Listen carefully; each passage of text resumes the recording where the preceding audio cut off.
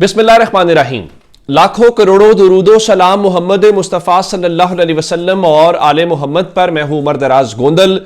जजेस वाला फैसला भी कर लिया, फिर उसके ऊपर सवालात हैं, मीडिया सवाल उठा रहा है, कौम सवाल उठा रही है। जजेस के सवालात बड़े वाजे हैं कि भाई सीनियरिटी का प्रिंसिपल और फिर आइन का आर्टिकल यह बताता है कि आप जब ओथ लेते हैं तो आप ओथ में उस हाई कोर्ट का नाम लेते हैं। आपने ओथ लिया था लाहौर हाई कोर्ट का जज, अब बन गए इस्लामाबाद हाई कोर्ट के। अब यह सब कुछ हुआ तो अब इंतजार है क्या होगा। वुकला कह रहे हैं कि हम जिस तरह इमान मजारी, मैंने उनका ट्वीट देखा, उनके मुताबिक उन्होंने कहा जी हम इस रोस्टर को गैर कानूनी मानते हैं और हम इसको तस्लीम नहीं करेंगे क्योंकि सीनियर प्यून जज मोहसिन अख्तर कियानी है। अब ये सूरत हाल तो हो गई और वुकला उस रद्द अमल का इजहार कर रहे हैं। तो उसके बाद क्या किया गया है? अब आपने फैसला लिया है तो उस फैसले पर टिक के रहें, परेशानी का इजहार क्यों है? उसके बाद फिर पाकिस्तान के टीवी चैनल्स के ऊपर एक नामालूम जराए से खबरें आती हैं। हुकूमती जराए कह दिया जाता है, कभी जराए से खबरें चल जाती हैं, मालूम नहीं है कि कौन से हुकूमती जराए हैं। खबर क्या है मैं आपके सामने बता देता हूं। उनका जी सदर पाकिस्तान ने दीगर हाई कोर्ट से 3 जजेस को इस्लामाबाद हाई कोर्ट में ट्रांसफर किया है। फैसले के खिलाफ बेबुनियाद बयानिया बनाया जा रहा है। जरा लाइन देखिएगा कि यह मालूम है कि कौम उसको कबूल नहीं कर रही, बयानिया बन रहा है तो आप उसको बेबुनियाद कह रहे हैं। अब उस पर लिखा जी जवाबी लाइंस हस्बे झैल है। नंबर 1, यह एक आईनी फैसला है, यह एक कानूनी फैसला है। पाकिस्तान के आइन के आर्टिकल 200 के मुताबिक सदर पाकिस्तान इस तरह के तबादले चीफ जस्टिस ऑफ पाकिस्तान के साथ मुशावरत से कर सकते हैं। जराए से खबर है तो इसका मतलब है जो काम जस्टिस मुनीर के दौर से शुरू हुआ था वो आज भी जारी है और जस्टिस याहिया अफरीदी की मुशावरत से यह सब कुछ हुआ है। मजीद बरा मुतल्लिका हाई कोर्ट्स के दोनों चीफ जस्टिस से भी मुशावरत की जाती है, यानी जहां से जज आना है और जहां लाया जा रहा है माशाल्लाह वो भी उसमें ऑन बोर्ड है। इसका मतलब है कि इस फैसले पर पाकिस्तान के 5 चीफ जस्टिस का इत्तेफाक है। यानी पाकिस्तान के मीडिया के अंदर कहा जा रहा है कि बातें शातें छोड़ दें, ये जो हमने जजेस वाला अरेंजमेंट किया है ना जनाब। अच्छा, इस पे ना मैं जरा मजीद खबर देने से पहले सबसे दिलचस्प तबसरा मतीउल्लाह जान ने अपने वीलॉग में किया। कहने लगे कि ये नहीं, ये तो वैसे ही है जिस तरह दूसरी अदालतों से जजेस को लाके चीफ जस्टिस बनाया जा रहा है, तो ये तो वैसे ही है जैसे बिजली के तारों पे कुंडा डाला जाता है। तो ये वो सूरत हाल है। खैर, अच्छा, इसमें मजीद लिखा गया कि जी पाकिस्तान के 5 अदालतों के जो चीफ जस्टिस हैं उनका इत्तेफाक है। 5 क्या 500 भी इत्तेफाक कर लें, जो चीज गलत लग रही है वो गलत ही उसको कहेंगे, उसको सही कैसे कहेंगे। मजीद बरा मुंतकिल किए गए जजों की रजामंदी भी मौजूद है। भाई जिस जज को आप कहें कि आपको चीफ जस्टिस लगाएंगे तो उसकी रजामंदी क्यों नहीं शामिल होगी? इस्लामाबाद हाईकोर्ट विफाक की अलामत है और दीगर सूबों से ऐसी नुमाइंदगी की हौसला अफजाई की जानी चाहिए। बस कर दें। ये पहले बलूचिस्तान का मंजन बेचते रहे सादिक सिंजरानी की सूरत में, काजी फायज ईसा की सूरत में। ये तमाशे ना करें आप। बहुत सारे लोग इस्लामाबाद में जिनका ताल्लुक मुख्तलिफ सूबों से, उनको अपॉइंट किया जा सकता था। यह जरूरी है कि वो जज जो 12वें नंबर पे है, जो 9वें नंबर पे है, जो 15वें नंबर पे है, उसी से विफाक की अलामत मजबूत होती है। तारीख में इसकी नजीर मिलती रही है, जिसमें से चंद दर्ज झैल हैं। जस्टिस सरदार मोहम्मद असलम जो लाहौर हाई कोर्ट में खिदमत सर अंजाम दे रहे थे कि फरवरी 2008 में इस्लामाबाद हाई कोर्ट ट्रांसफर किया गया और उसका चीफ जस्टिस मुकर्रर किया गया। इमरान खान कहते हैं एक तो ये पढ़े लिखे नहीं है, फिर ये पढ़े लिखने की कोशिश भी नहीं करते। भाई उस वक्त हाई कोर्ट नहीं बनी थी, नहीं बन के कुछ चीफ जस्टिस लगाना था तो एडिशनल जज, हाई कोर्ट का प्रोसीजर यह है कि एडिशनल जज पहले आता है, फिर मुस्तकिल होता है, फिर चीफ जस्टिस बनता है। तो उस वक्त इस्लामाबाद हाई कोर्ट नहीं थी, वहां कोई एडिशनल जज था ही नहीं जिसको मुस्तकिल किया जाता, तो आपको कोई ना कोई जज चाहिए था, तो आपने जज लेके आ गए। इस तरीके से तो फिर एडिशनल जज भी नहीं होना चाहिए। आपने काजी फायज ईसा को बलूचिस्तान हाई कोर्ट का डायरेक्ट चीफ जस्टिस कैसे लगा दिया था? गैर मामूली सूरत पैदा हो गई थी, गैर मामूली सूरत पैदा हो गई थी, तो यह हो गया। मजीद लिखा जी justice M Bilal Khan Lahore high court में थे, उनका 2009 में लाहौर में हाईकोर्ट इस्लामाबाद हाईकोर्ट तबादला हुआ और चीफ जस्टिस के तौर पर खिदमत सर अंजाम दी। कब वो आए और कब चीफ जस्टिस बने ये भी बता दीजिए। जस्टिस इकबाल अबीदुर रहमान भी लाहौर हाईकोर्ट से ट्रांसफर हुए और उन्हें 18वीं तरमीम के बाद इस्लामाबाद हाईकोर्ट का चीफ जस्टिस मुकर्रर किया गया।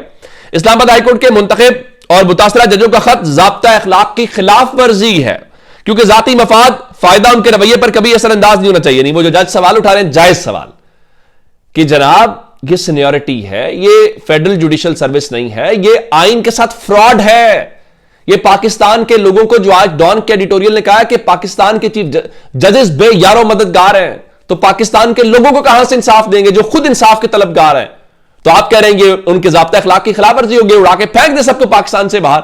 डंडे के ताकत के जोर पे इस मुल्क को चला लें आप, यही कर सकते हैं आप। लिखा जी फैसला पाकिस्तान के आला तरीन दफातर ने किया है। बिल्कुल आला तरीन दफातर ने किया है। फिर वो इमरान खान का जुमला याद आ गया, small man occupying big offices. वरना होना यह चाहिए था कि जाती फायदे नुकसान से ज्यादा इस मुल्क के अंदर हमने वो लोग देखे हैं जो उसूलों पर डट जाने वाले लोग थे। ये हमने भगवान दास जैसे लोग देखे, हमने और बड़ी मिसालें दी जा सकती हैं इस मुल्क के अंदर, लेकिन कोई बात नहीं है। जब आपको 4-5 डाले मिल जाएं जो आप उस पर फ्लैट हो जाते हैं। मजीद लिखा जी आईनी और कानूनी फैसलों के खिलाफ एजिटेशन की कोई गुंजाइश नहीं है जो मुनासिब कानूनी अमल के बाद किए गए हैं। बिल्कुल ऐसा ही है जनाब। अब आपका मसला है ना, ये अब आप वो करने की कोशिश कर रहे हैं कि किया गया, पाकिस्तान के लोग नहीं मानते, ये सबको पता है, ये कोर्ट पैकिंग की गई है, सबको पता है कि पाकिस्तान की जुडिशरी को गवर्नमेंट का मातहत इदारा बनाया जा रहा है, ये सबको पता है कि पाकिस्तान के आइन के साथ जो जजेस ने लफ्ज इस्तेमाल किया कि ये फ्रॉड किया जा रहा है। तो ये सारे का सारा अमल वही है, इसको आपके सही कहने से कुछ सही हो नहीं जाएगा। तो इससे और एक और बात मैं बताऊं, अब इसके साथ एक और चीज की जा रही है।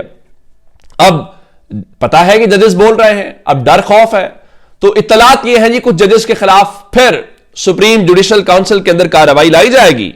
और जिस तरह जनाब मुजाहिद नकवी साहब के खिलाफ वो कहानियां घड़ के पूरा माहौल उस वक्त बनाया गया, और उस वक्त तो काजी फायज रिक्शा बैठा हुआ था, खैर अब भी कोई कमी तो नहीं, अब भी सिस्टम को तमाम जो उनके जरूरियात हैं, जो उनके ख्यालात हैं वो की जा रही हैं। तो अब कौन से वो जजेस हो सकते हैं? लेके आए मोहसिन अख्तर कियानी साहब के खिलाफ लेके आएंगे, ले आइए। मंसूर शाह साहब के खिलाफ लेके आ जाएंगे, ले आइए। बाबर सत्तार के खिलाफ ले आएंगे, ले आइए। मुनीब अख्तर साहब के खिलाफ ले आएंगे, या बाकी जजेस के खिलाफ, तो ये जरूर कीजिए।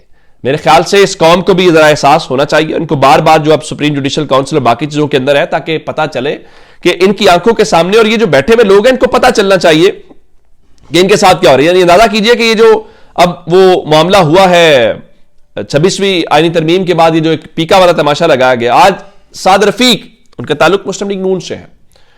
आप इख्तलाफ जरूर कर सकते हैं, साद रफीक पे तनकीद भी करनी चाहिए, होनी भी चाहिए, होती भी है, वो एक पॉलिटिकल वर्कर हैं। लेकिन मैं आपको एक बात बताऊं कि जब फॉर्म तैयार हो रहे थे तो यह भी था कि ख्वाजा साद रफीक का फॉर्म भी तैयार हो जाए, फॉर्म 47 वाली बात है। लेकिन उन्होंने बड़ी ग्रेस के साथ अपनी शिकस्त का तस्लीम किया और उन्होंने लतीफ खोसा को मुबारकबाद दी। आज भी उन्होंने प्रिंसिपल स्टैंड, देखिए जो तनकीद होगी तनकीद करेंगे, जहां बात ठीक होगी वो ठीक होगी।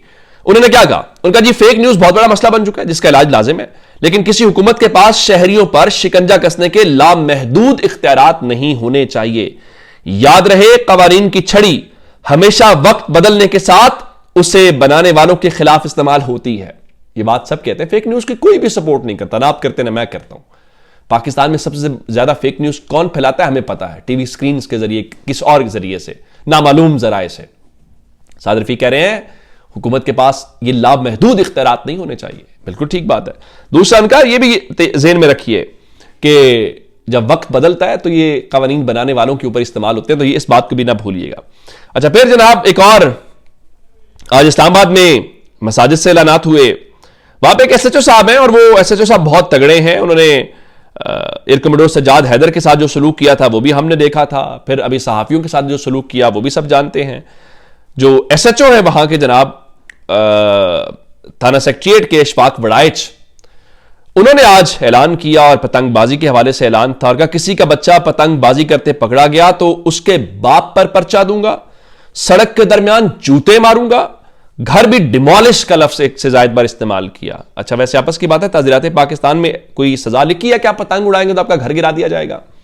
और फिर कम से कम मस्जिद का तो एहतराम कर लेते, जिस तरह से आप लफ्ज इस्तेमाल कर रहे थे। मस्जिद का एक तकद्दुस होता है, लेकिन चूंकि ताकत का, इख्तियार का जो जोम होता है वो बड़ा सख्त होता है। वो जिस शख्स के पास उसको यूं ही लगता है कि मैं देखूंगा छत नीचे आ जाएगी, दीवार गिर जाएगी, लेकिन ये ढलता हुआ साया है। और वो लोग जो उस रौनक के साथ बात करते हैं या उस इख्तियार का इस्तेमाल करते हैं, फिर इस दुनिया में उनके साथ उनकी मिसालें लोग देते हैं कि कल को इनके साथ क्या था और आज। तो बड़े बोल भी नहीं बोलने चाहिए, और इस तरह की रौनक जो है, ये थपकी और ताकत इख्तियार हमेशा नहीं रहता। अपना बहुत सारा ख्याल रखिएगा। खुदा हाफिज।